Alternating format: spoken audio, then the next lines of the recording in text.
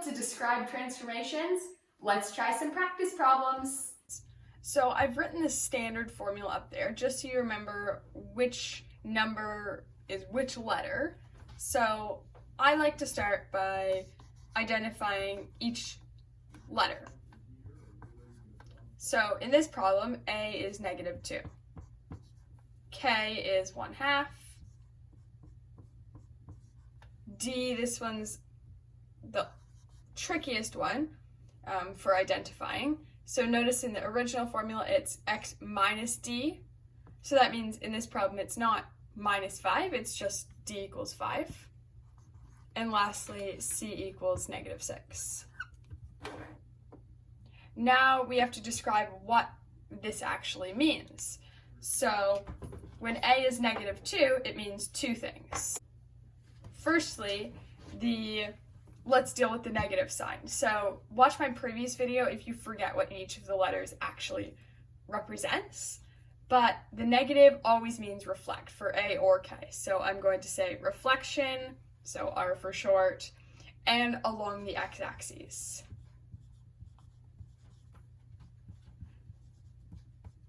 Now we can just pretend it's 2 because we've already dealt with the negative sign. So if A is 2, what does that mean? Well, A we know is vertical, so 2 is bigger than 1, therefore it's taller, that's how I like to think of it. So it's going to be a stretch. So what you would say is vertical stretch, VS, for short, by a factor of A, so by a factor of 2. Now for K, we see it's 1/2. So there's no negative sign, so there's no reflection. And for K, I just like to remember it's the opposite of A. So if this was A is 1/2, that would mean a compression because it's less than 1, therefore it's going to be shorter and compressed.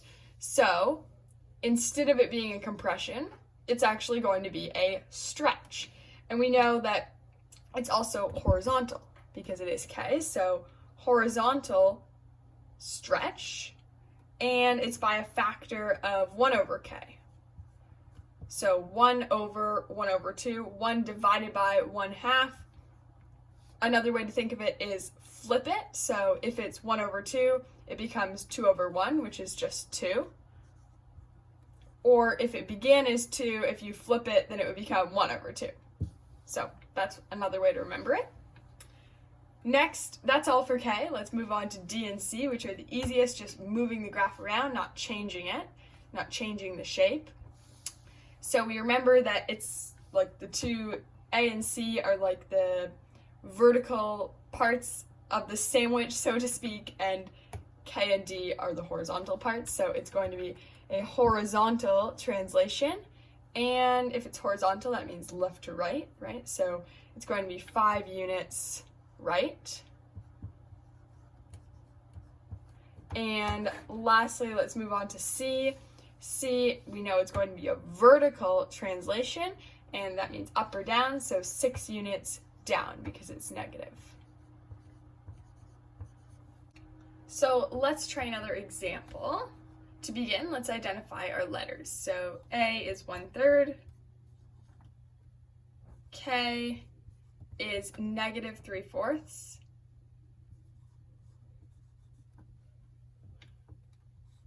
D is going to be -2.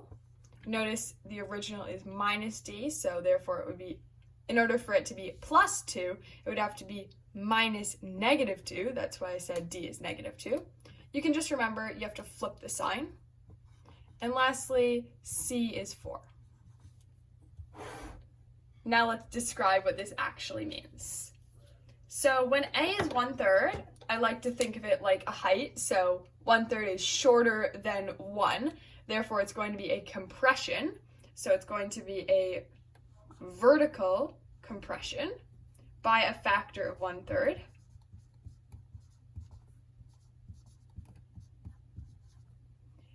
Then we have K is -3/4. So let's deal with the negative sign first. Negative always means reflection for A and K. So I'm going to say reflection along which axes? Well, A is along the x-axis, therefore k is along the y-axis.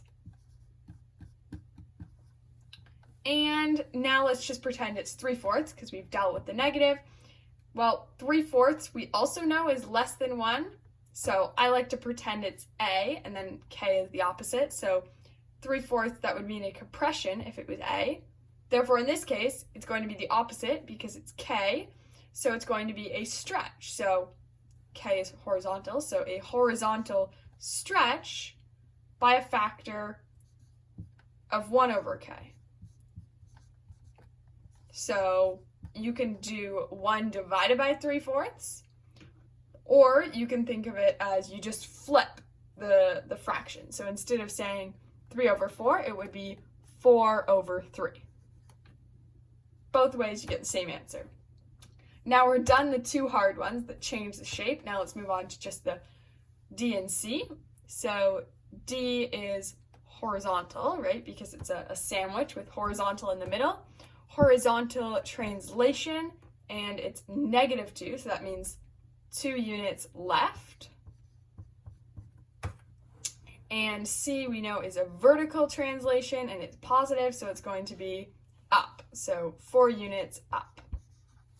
So this is our final example. As you can see, I could start by identifying my A value, but then I noticed that this bracket does not look the same as this standard formula.